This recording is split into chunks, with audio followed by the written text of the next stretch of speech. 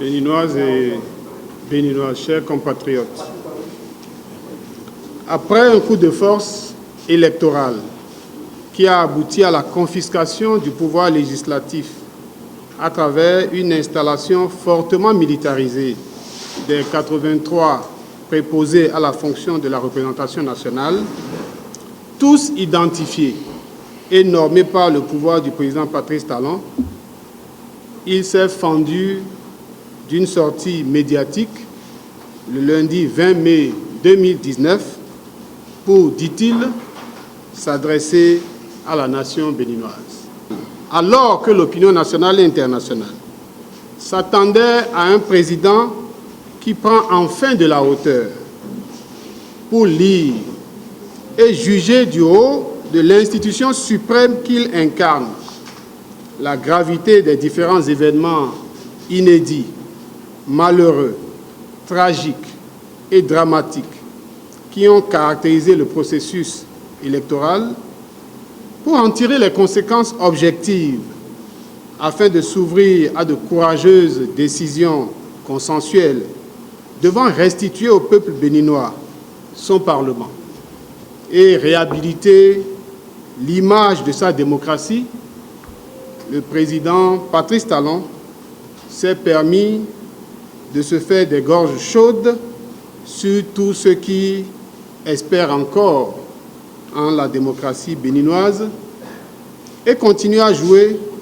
de la ruse. Comme d'habitude, ce nouveau one-man show est une insulte supplémentaire et une provocation à l'intelligence collective de ce peuple qui, par son génie singulier, a pu faire du Bénin le berceau de la démocratie en Afrique. S'il y est à désespérer, ce ne serait ni du Bénin, ni de sa démocratie, mais d'un président sans parole, qui a fait irruption accidentellement dans notre histoire commune, ou la ternir ou la tenir en otage. Il se trompe d'époque et surtout de pays.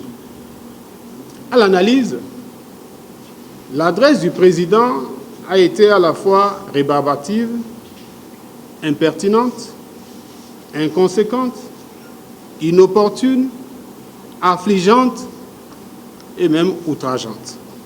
En effet, le président de la République a articulé son discours autour de la réforme du système partisan qui, pour lui, aura toujours été un prétexte facile et farfelu pour malhonnêtement se défaire de toute l'opposition et mettre crânement le grappin sur le Bénin, son économie, sa classe politique et sa démocratie. Il parle de multipartisme débridé. Ce multipartisme pourtant choisi comme l'un des principaux piliers de la Constitution de 1990, encore en vigueur.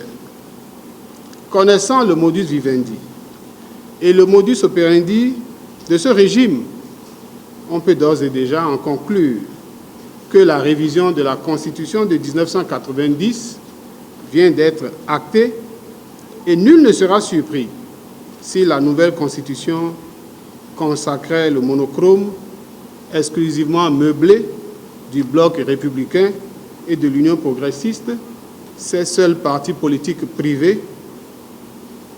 À la vérité, le président qui enlise actuellement le Bénin et sa démocratie n'est pas le problème qui enlise actuellement le Bénin et sa démocratie n'est pas un problème de texte. Et la résistance n'a de cesse de le redire. Elle ne s'est jamais opposée à un texte et ne s'est jamais non plus méprise à se conformer à un texte.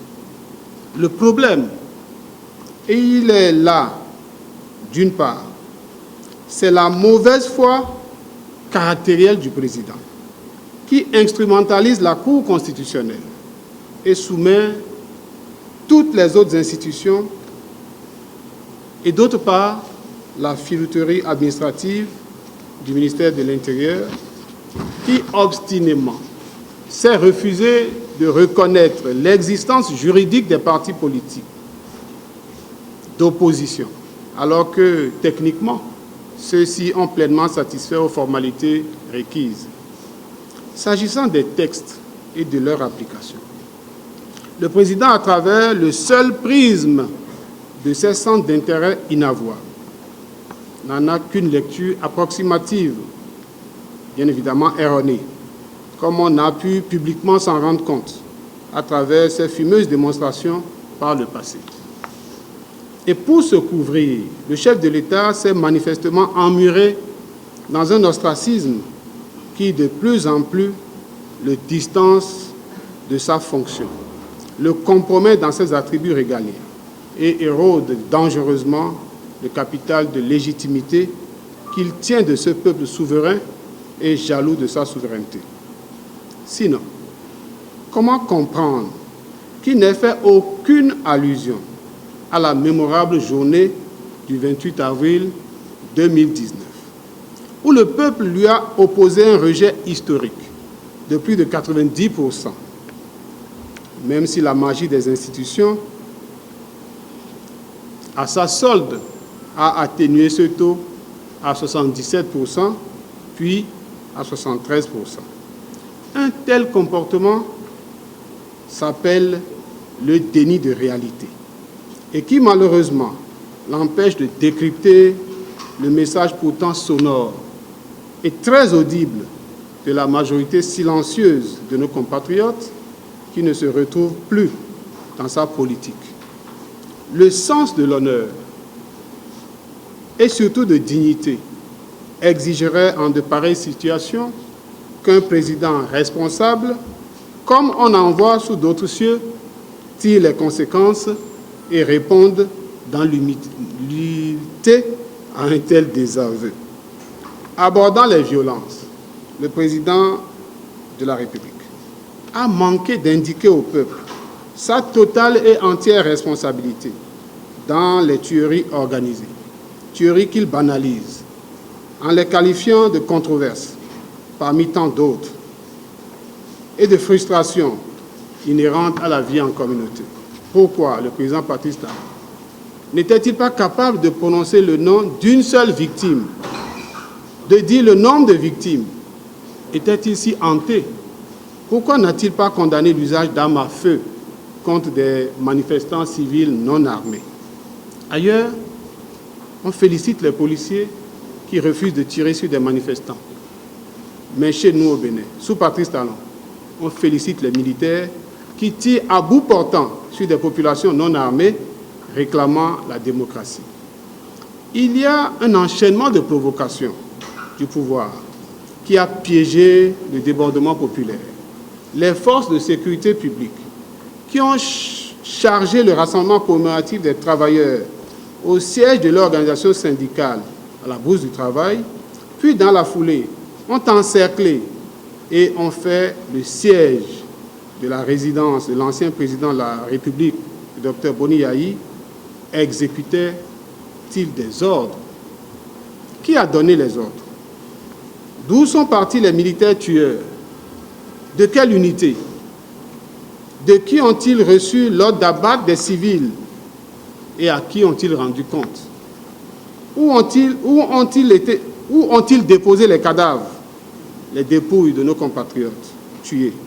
Ces questions demeurent entières. Et le président Patrice Talon et à sa suite, les ministres de la Défense et de l'Intérieur doivent répondre. S'agissant des événements du parc de la Pendjari, une observation. Le président Macron de la République française a prononcé le nom du guide béninois, ignoblement assassiné lors des enlèvements terroristes intervenus le 1er mai 2019 dans les réserves animalières touristiques du Nord Bénin. Il a rendu nommément hommage à Feu Fiacre Bédji. Paradoxalement, M. Patrice Talon, président de la République du Bénin, n'a pas une seule fois prononcé le nom de Fiacre Bédji. encore moins ceux des 2 Français, nous sommes en droit de nous interroger sur ces difficultés à faire face à la mémoire de Fiac Bédi. Pourquoi cela? Parce que des interrogations existent sur les implications sécuritaires pour cette zone sensible du dessaisissement des forces armées béninoises, notamment de la composante eau et forêt, au profit d'une ONG étrangère, en son temps courageusement dénoncée par le capitaine Tréco, aujourd'hui radié des effectifs des eaux et forêts. L'auteur de ce dessaisissement, à la limite irresponsable, est M. Patrice Talon. Il ne devrait pas ignorer le caractère précaire de la sécurité transfrontalière à l'heure où, de part et d'autre, le terrorisme sévit et les alertes sont données.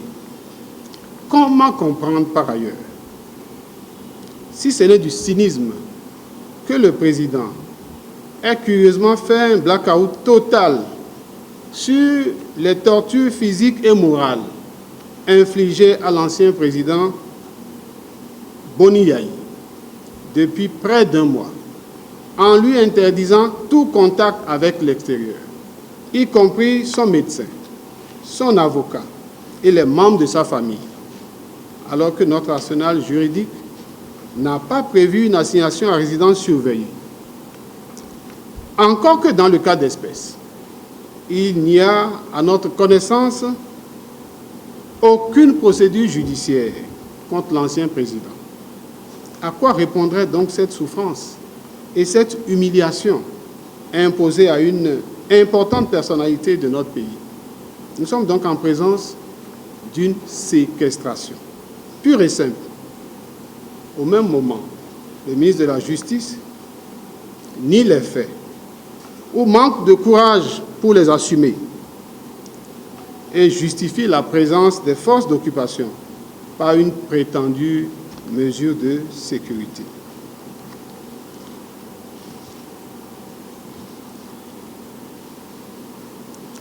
Que dit-on de nos concitoyens envoyés en exil, des jeunes activistes enlevés en pleine circulation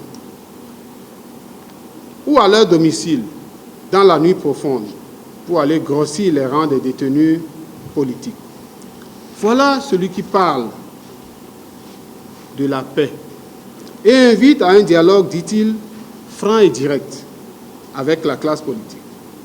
Comment discuter avec un homme qui n'écoute personne, personne d'autre que lui-même, en se jouant de l'institution qu'il incarne, la classe politique, les leaders religieux, la société civile, la CEDEAO, l'Union africaine, l'Organisation internationale de la francophonie, la communauté internationale en général, la communauté scientifique mondiale et même bon Dieu, en se prenant pour omniscient et omnipotent?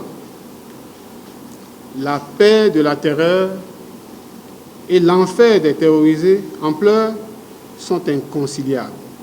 Et il est une sottise que l'arrogance du terreur proclame la paix avec les couteaux entre les dents et les armes létales au poing, pendant que les terrorisés sont exclus, bâillonnés et ligotés dans le dos. De quelle paix parle-t-on? En tout cas, il n'y a pas de dialogue et de paix sans vérité et justice. Et le message du peuple souverain est suffisamment clair pour que l'on continue de s'y tromper. Le préalable à la restauration de la démocratie est la liberté sans condition du Parlement. Cela est non négociable. Aucune opposition responsable ne peut concéder ce que le peuple souverain a si énergiquement rejeté et pour lequel il a déjà consenti de lourds sacrifices.